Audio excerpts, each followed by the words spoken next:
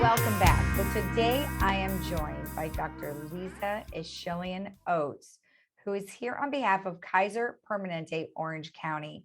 And today we're going to be talking about domestic violence. Well, Dr. Eschilian Oates, thank you so much for joining me today. Thank you. It's a pleasure to be here. Always a tough subject, any kind of violence, whatever type of violence it is, but domestic violence and elderly abuse, I think, has significantly increased over the last 2 years. And of course, you could certainly speak to that and help me understand some of those numbers. But before we jump into that, tell me a little bit about yourself.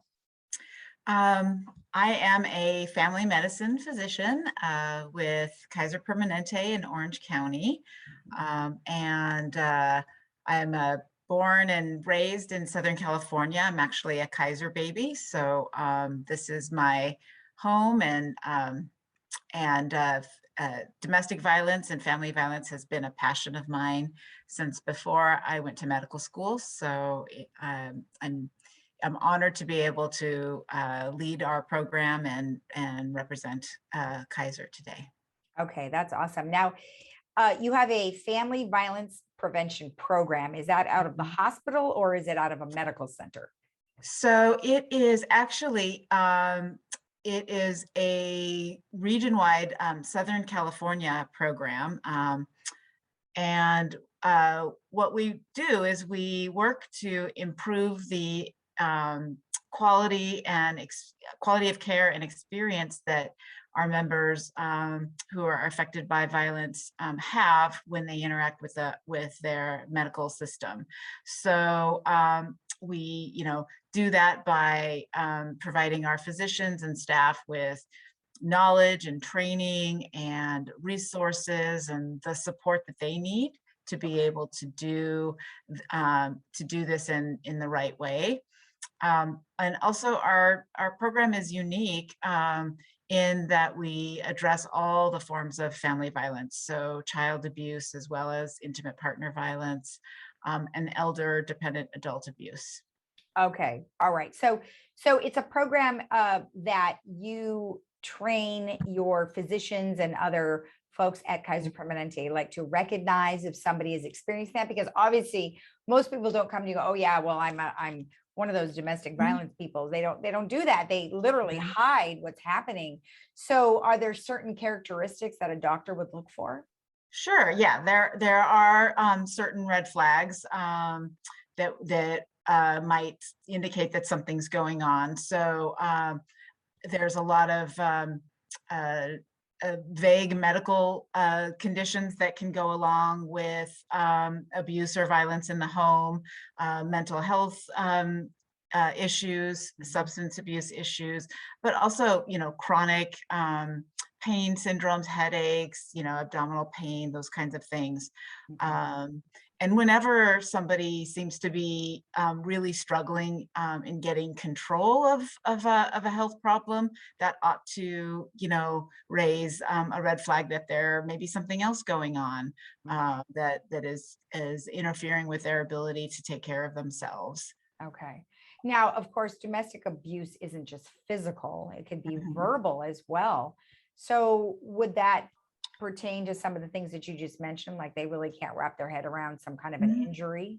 Yes, absolutely. And I think that, somebody coming in to the emergency room or to the doctor's office with obvious injuries is pretty rare, actually. The emotional and psychological abuse is much more common and much harder to detect, right? So there's not visible bruises that can be identified and asked about. So, and that abuse is often much more devastating, and it goes under the radar for most people. Tell me a little bit about, you've mentioned some of the different types of domestic violence and a variety of other violences, but for instance, if you have an elder abuse situation, what are some of those things that happen? So for elder abuse, the most commonly it has involves a caretaker. So that is often an adult child or another family member who may be, taking care of that elderly person. But intimate partner violence can also happen.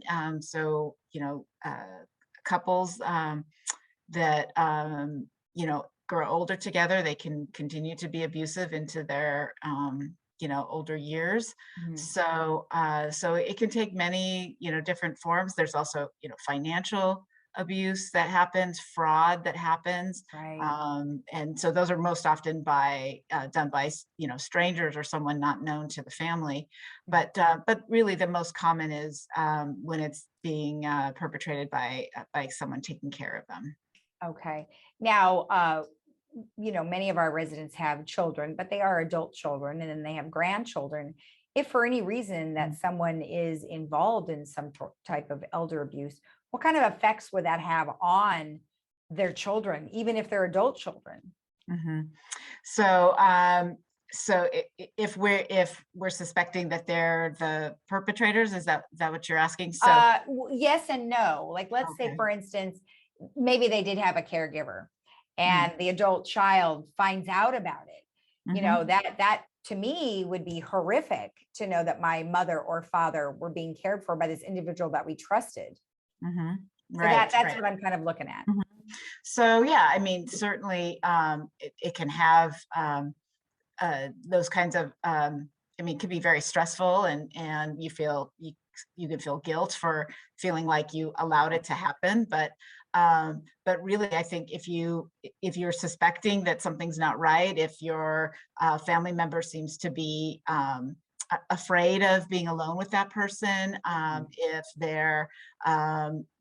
if their medical conditions are declining, if their care and their hygiene is declining, if they look more disheveled, don't seem to be clean. Um, those kinds of things are really red flags for somebody not, taking care, not Yeah. not doing their best for that person. Right. And I would imagine that, this community, they get together a lot, and there's a lot of people who have clubs, or they get outside and they see their neighbors. So that's good advice. All of those things are, like you said, red flags for somebody. So in order to support that person, what would you recommend that they do? Like if they saw something going on? Mhm. So for elder abuse, so this is for anybody over the age of 65 or any adult who is dependent, which means they're under the care of somebody else, either because of mental or physical disabilities. Mhm.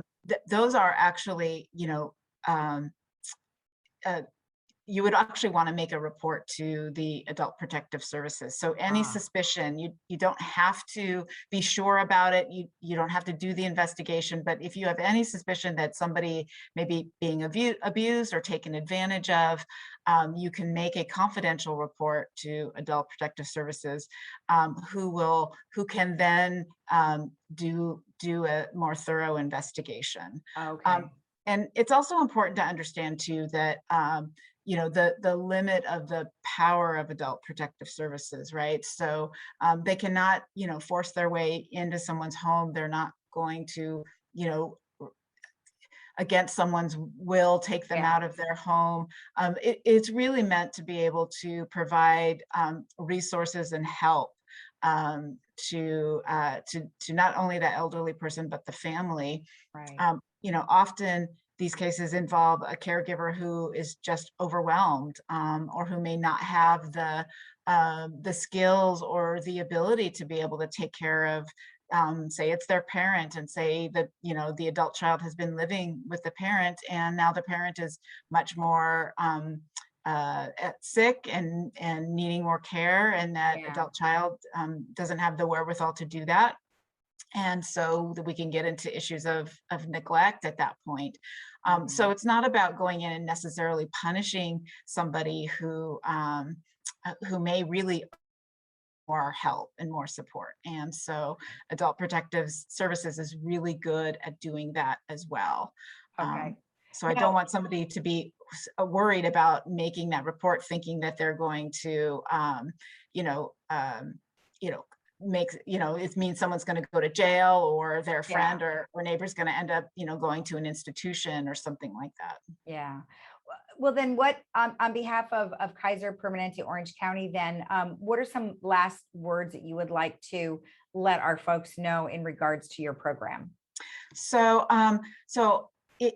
if you or someone you care about maybe experiencing a situation like this, an abusive relationship or situation, there is lots of help available out there. So I would recommend calling a domestic violence hotline, or the website is thehotline.org. And also, please, feel free, be comfortable to talk about it with your physician. They do have the resources available to be able to help you in these situations and kind of guide you to the services that you may need. Okay, perfect. Well, thank you so much, Doctor. We appreciate the information. Thank you. All right. And we'll be right back after this.